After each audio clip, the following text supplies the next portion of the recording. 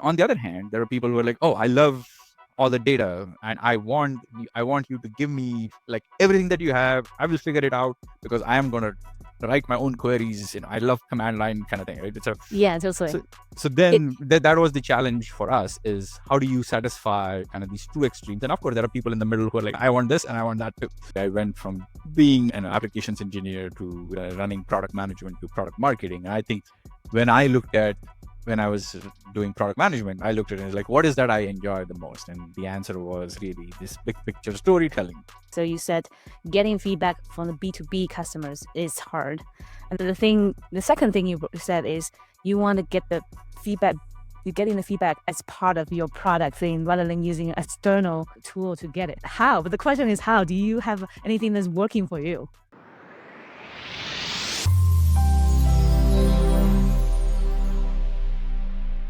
Welcome to US Stories. I'm your host, Lihong Hicken.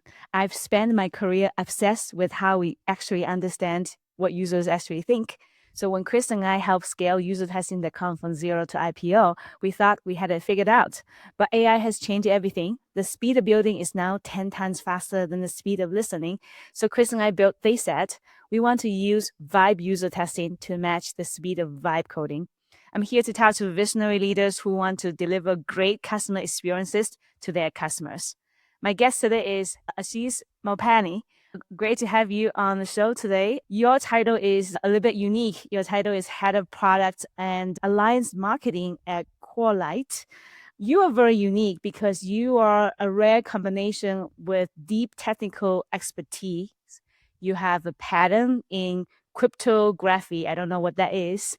You have to tell us what that is. Something with crypto and something with graphy. So very security heavy tech. You are also a gifted storyteller because you actually publish novels, right? And then you also spend a lot of your career with in the intersection of deep tech and human stories in large companies like IBM's, Progress, and now I Corelight. So that's a lot of your whole package. I don't think anyone in our podcast has been, have so unique a mix of a background like this. So tell me a little, our audience, who are you as a product leader, and like how do you combine the tech, the storytelling, to build trust in a product that users usually hope that they never actually have to use, right? Yeah, I mean, actually, we are at an interesting cross section today, especially like, my background has been in cybersecurity. And what we found in cybersecurity for all these years, I mean, originally when you look at vendors, 10, 12 years ago, it was more about, kind of talking about bad things are going to happen to you. So let's work with us so that we can prevent the bad things from happening.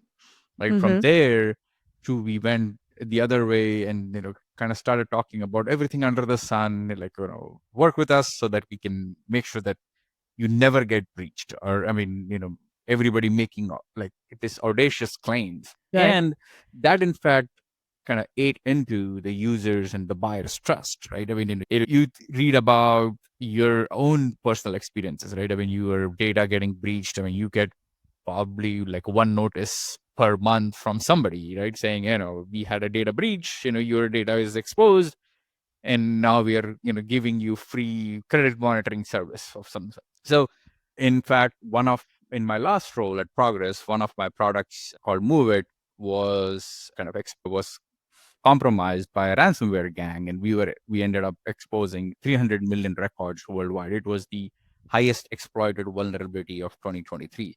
So all this, what this means is your users kind of have that very low bar for trust. And when it comes to in cybersecurity, even though we are in the trust business, Right. we've not helped the cause in a way because of all this audacious marketing and kind of making claims that can no longer stand the trust. I mean, the course of time. So for me, what is critical to building the trust is really focusing on things that matter. And it is something that is very crucial when it comes to somebody using your product, somebody using your service. How do you make sure that you are highlighting? Because I mean, let's be honest. I mean, between like all of us, we use 15, 20 different tools today to do our everyday job, right? From like the video conferencing to email to whatever. And that's just on a regular day. I mean, God forbid that we are doing something that's very intensive. I mean, you're using 30, 40 different tools, and all of them have different kind of workflows. All of them have different user experiences, and you as a user, you're constantly context switching from one tool to another, and you then are kind of overwhelmed in a way where you have to constantly learn new things change when you do, and there is no real way to kind of give feedback to people saying, hey, this was working for me, now you move this button from here to here, I don't know what to do, right? Or you're saying something here that you thought is going to make sense for me, but it doesn't, right? So things from a product leadership perspective, we have to keep that in mind, that whatever we are doing actually is works for the user base. And today, I mean, yeah, I mean, if you're building a B2C product, maybe there is a way to get some feedback from social media and, kind of channels like that. But for B2B products, it's super hard to get Super any sort of hard. meaningful feedback outside of doing like one-on-one interviews or surveys, or even then the participation is pretty low. So there is real challenges. So, Yeah.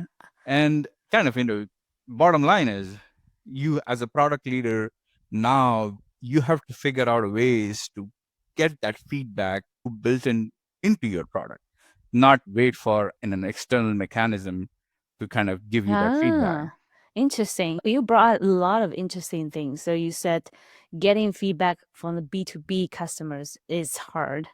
And the second thing you said is you want to get the feedback, you're getting the feedback as part of your product thing rather than using an external tool to get it. How? But the question is how? Do you have anything that's working for you? Yeah, so especially in the cybersecurity industry, right? There are like three things that are constant. There is shortage of people who are really good at doing what needs to be done. Second, there is, even though you have the people, they may not have the skills that are needed in order for you to get things done. I mean, understanding what are the threats in your environment, how do you identify those threats, how do you mitigate those threats, right? So there is a Yeah. skills gap. And third, now there is mandate that everybody wants to use AI for doing everything, right? So now, like, okay, I mean, you are now, all these trends are kind of colliding. So then the question becomes like, okay, if that's the case, how do you focus on things that matter? And from cybersecurity perspective, what that means is really focusing on high risk threats, high risk kind of entities in your organization that you need to pay attention as a cybersecurity practitioner. So that's one, right? I mean, so from product experience perspective, is your product really highlighting things that matter, things that are riskiest in the environment? Number two is leveraging AI. Can you provide the broader context? Like, I may not have the skills that are needed in order for me to fully understand what this means. In that case, can having like an AI based explanation, in AI based kind of analysis, can that be done in order for me to kind of understand and get the context around whatever I'm seeing on the screen? And lastly, effectively, if, based on how I'm interacting with the product, can we leverage AI to do some sort of analysis to see, okay, what are the users using? What are they struggling with? Are they, I mean, we designed a user's journey with certain things in mind. Are users following that journey, or they are abandoning and saying, okay, this is too complex because there is too much stuff on my screen and I don't know what to do? Wow, you're really forward thinking. I have discussed a lot of what you talk with some senior US researchers this week about this. So I wanted to throw some ideas into it, and then you can be very critical and honest about this. So problem number one is to find the right people with the right expertise and background to give you the feedback. And you can't just go out there and then recruit anyone.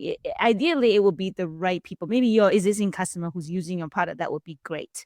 So we at They Said, by the way, They Said is created by the original team that create usertesting.com. We have one thing that we are really good is we're really good at recruiting people that's your existing customer or niche industry people. The reason why is user testing has a big panel of users that they recruit for speaking out loud and give feedback, but everyone has to download a screen recorder in order to do the test, which limits the pool of people can give you feedback. But we have a browser recording technology that anyone can get the test done. And secondly, AI adds X moderator to guide the user through the test, along with as if you are in a room with the user guiding them through the test. And the way you deploy that is you can send a link to the user, or you can intercept the invitation in certain part of your website and test. Let's say I want to invite users who use this particular feature 3 times this week and say, would you be able to give us feedback on this? What do you try to do today? Were you able to do the things you were trying to do today? Did you have any snack?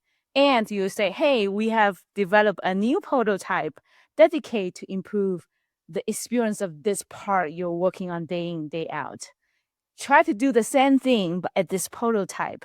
Which one do you prefer or not like? And a common challenge people often say is that, what about the security? And Yeah, I mean, something like that.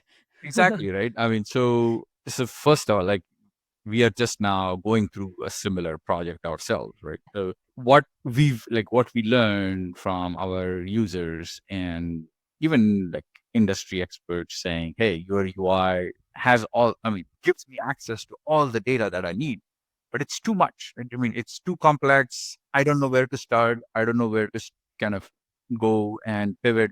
And I need to be an expert user in order for me to use your product. Yes. So what that told us is like, okay, first of all, whatever we are showing on the screen is coming across as too complex.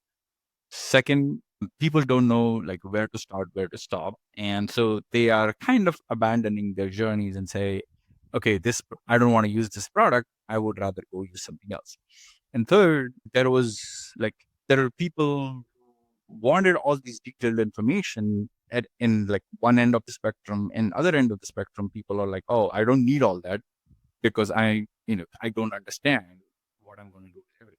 So simplify this thing. So what that distilled down to for us is we need to design something that is going to work for kind of both ends of the spectrum here, right? People who are actually using it and want to have like a guided experience that says step 1, do this, step 2, do this, step 3, do this. Or people want like us to do everything for them and then present the findings and say, okay, hey, based on what we've seen security practitioners do, here we followed that same playbook and we came up with these recommendations for you saying, okay, these things seem to be risky in your environment. So go, kind of contain Yeah. this, Yeah, right? totally. And on the other hand, there are people who are like, oh, I love all the data and I want you to give me like everything that you have. I will figure it out because I am going to write my own queries. I love command line kind of thing, right? Yeah, totally. So so It then that was the challenge for us, is how do you satisfy kind of these two extremes? And of course, there are people in the middle who are like, I want this and I want that too, That's why you right? want to gather enough sample size and see the trends and themes. And then, so the role I'm seeing AI play here is AI as a way to gather the insights, the Mhm. videos. And then the second role is to analyze all these qualitative videos because you don't have time to watch all that. And then tell you how many people is having this issue. Okay, maybe Mickey can separate by persona 1. The user have this issue, the admin have this issue, and then you can actually divide and conquer because you can't build everything for one persona. That way it can give you enough data to make the idea. But the idea is you shouldn't be gathering this feedback manually in the today's AI vibe coding environment where everything is so fast that you don't have time to schedule these calls and conduct these calls. By the time the calls come out, you already can build 5 times the results. So the idea is rather than don't do feedback or do it very slow, do it fast. And the AI's way is do all the repeatable manual work. So Yeah, exactly, right? I mean, so what you said is what we put in the product as an outcome, right? We oh, looked at what was the manual, the repeated work, and we kind of said that, okay, let's find way leverage AI to automate all of this. that's And awesome. but I mean, to your point, right? I mean, getting feedback from users is an art and a science, right? I mean, you need to figure out who are the right users who is going to give you the feedback, right? I mean, there shouldn't be the people who have the loudest voice, because then you just listen to a few and design something that probably is not going to work for your broader customer base Yeah. or in a user base, right? So there is something, again, getting the feedback, getting and kind of analyzing the feedback and then acting on it. Like there is This like whole set those of are the things. steps, and you have to make sure that you are able to do it across a wider spectrum. That's awesome. So you're saying your team has built out an in-house feedback collecting system that's part of your product cycle. That's amazing because a lot of companies struggle with build out a feedback of, I would call it a wireframe or framework or resources. It's not something that a tool can solve. How long have you guys been implementing this kind of a AI feedback collecting system? It's mostly like analyzing like how the users are using our product, right? I mean, let's say we develop a new widget, we push that widget out saying, hey, there is this new thing that you want to try. We thought it Mm, was exciting based on what we heard from few customers, and we thought maybe it's applicable for 80% of our customer base. And if you yes. don't see people using it, at 80%, then clearly, like, okay, this wasn't the right thing, Oh, I right? see. So it's a quick prototyping and getting feedback, and then AI kind of showing us, saying, okay, based on this analytics, I mean, the expectation was 80% of people would use it, but we are only seeing 30% people use it. People using, okay, I So see. this So feature it's is more, probably not ready for broader adoption. I see. So the feedback source, I'm trying to understand where the AI, so you mentioned AI, the main job is analyzing the data so you can make decision. I'm trying to understand where the source of the data, the source is survey data, is the No, product the source is analytic, our product itself, right? is the source is analytic of product usage. It's a What else?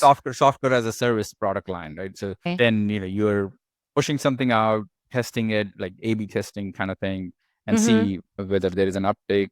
If not, then we deprioritize that feature, work on something else. So that has Okay. been kind of in works. But beyond that, anything that's major, you're right. I mean, going and sourcing people. I mean, testing out with people. Like, if you're trying something completely new, then that's a Yes. challenge, right? When you Yeah. have to get feedback from your users, external users, see if they are, I mean, whatever you're building actually makes sense, and whether they are going to, I mean, it's like doing a focus group online, and that is, of course, Yes. and a hard thing to do, right? Yeah, totally. So I understand. So in my, in my research nerdy work, the way if you understand like, users world, so what users do is analytic. Understanding why users do is usability testing. So you have an AI that figure out what users do, but in order to understand why they do, you had to do the usability video, recruit the users, ask them to do tasks, hear what they thought about and figure out why they do certain things. So, do you do usability testing as well as the analytic part of the work as well? Yeah, we do, but primarily through like one-on-one surveys, and recruiting design partners. In my last role, we actually did like a broader outreach where we had like we had a community built where we would push out and say, okay, these are the new functionality that we are building. Here Okay. is how the user experience would look like. Would you go with option A or B or C, and then collect Hmm. feedback that way. But it was still kind of a manual process to kind of upload and things and do, and somebody had to spend like half of their Time. time doing that. Yeah, exactly. That's the problem we're talking about is like qualitative feedback of understanding why users say what they say, why users do what they do, it's a black box and it's very slow. I think we've done a very good job in understanding what users do, but don't understand the why part. And that feedback is very difficult to get out. Usually stuck in video recordings and difficult to share with people. That's something we want to do. But do you think there's a value in today's busy work to do that, to get the why behind the user's Definitely. I mean, behavior? I think like every company wants to like understand like some of this. In fact, there is a startup that I'm advising. We Yes. originally started working on this problem specifically, really analyzing transcripts of video calls, video analytics to say that, hey, somebody's saying, oh, I would like you to do this. Are they asking you to develop that, or are they saying it would be nice to have? And but if I don't get it, I'm okay with it, right? I mean, you don't know, right? Unless somebody's actually on the hook for giving you specific feedback. I mean, all this unstructured data can be valuable, but it's very hard to get any real intelligence out of. So I think that's a real problem for companies, for product leaders who are trying to build products. And the way to solve it is, of course, I mean, getting some sort of direct feedback from people, and then also doing analysis of the unstructured data. Yeah, totally. I saw that you're advisor for the AI startup Voice RA. Voice era, S- yeah. yeah, it's really cool. They capture those users' voice and then the facial expression to understand it's almost a bit like what we do, like AI moderated testing, but slightly different because we actually observe their behavior as well. Cool. So I want to ask you a little bit of uncomfortable question to see if you're okay with that. So as a PMM, oftentimes one of the main things is to do win-loss interviews, right?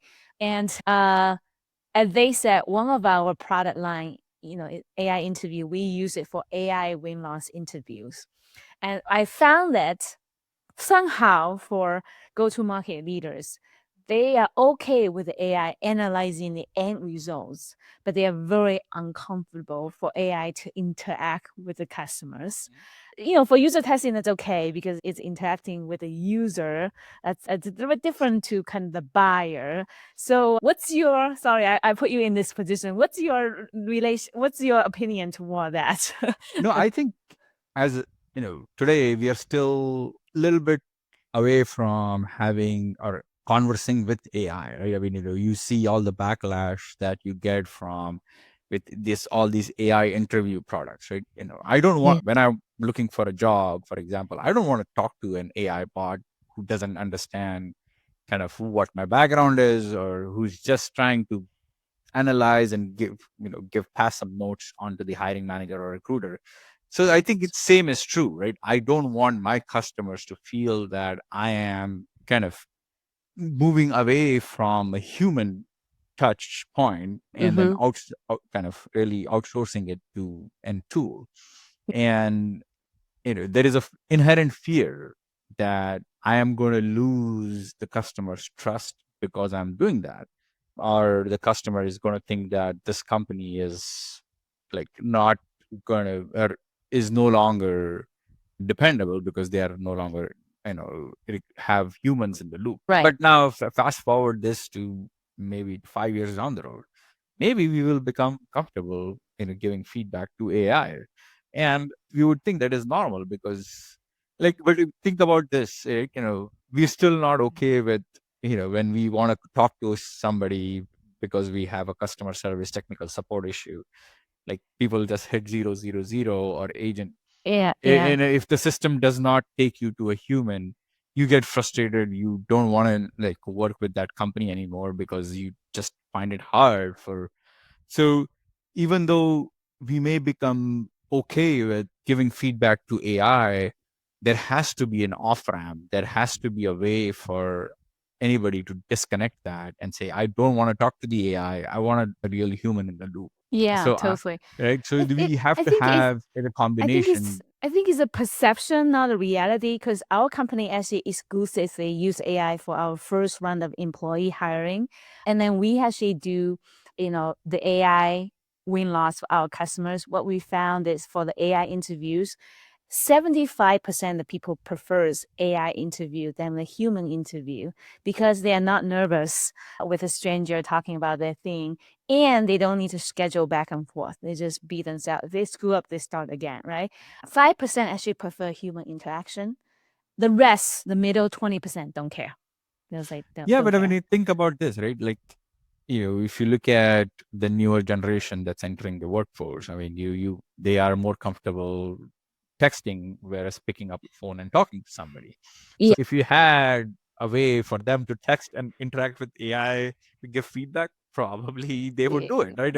So they, Yes. again, I think we will get there. It's just a matter of like you would have to have an Have to. option to go talk to a human when I don't think that okay, the AI is understanding what I'm saying or whatever, right? Yeah. My perception will come in the way. Totally, totally. All right, cool. Thank you for intake. Now, thank you for your honesty because we got to be cautious with our relationship because you are an alliance marketing manager, right?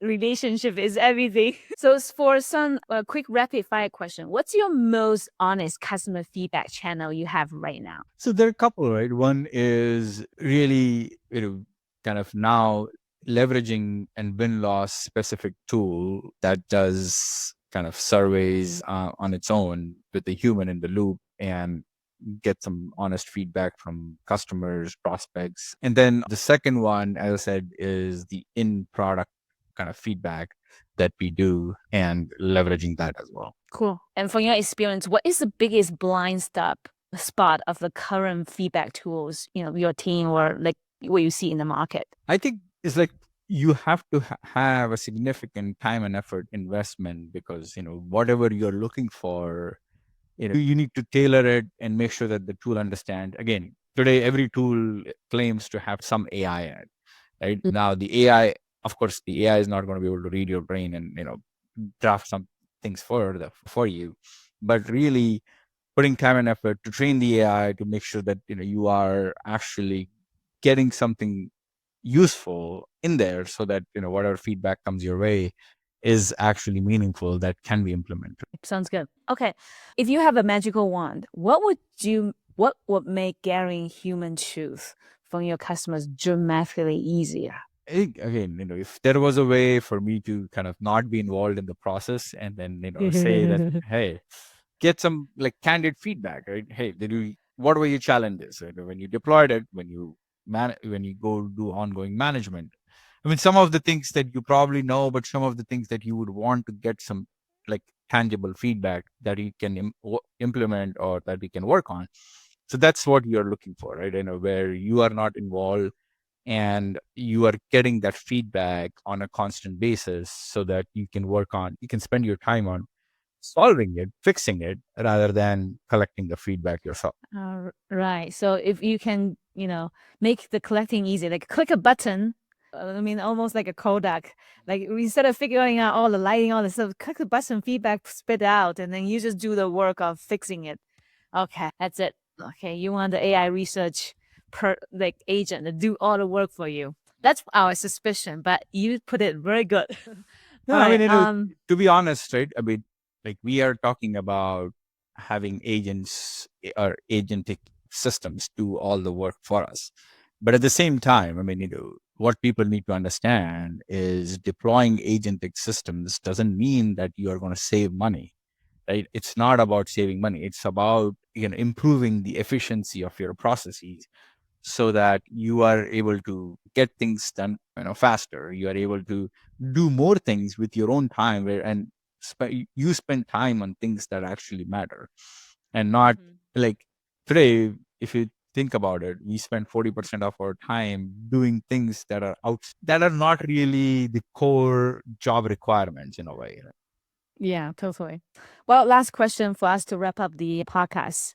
What is the most fulfilling part of your job? Is it being a PMN with a scientist background, or you can put your storytelling craft into this work, or what other things make you excited and kind of can't wait to get to work? Yeah, I mean, I think, like if you look at my journey, right, I went from being an applications engineer to running product management to product marketing. And I think when I was doing product management, I looked at it like, what is that I enjoy the most? And the answer was really this big picture storytelling.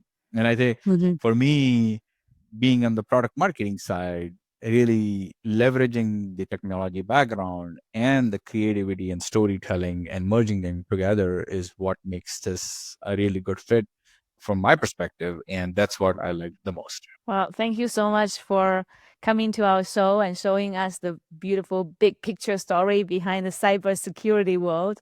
And for those who are listening and want to get the ground truth on the product vibe at the AI speed, please visit us at base.io. And I would love your team to, automate your human voice capture next week with US stories, and see you in the next episode.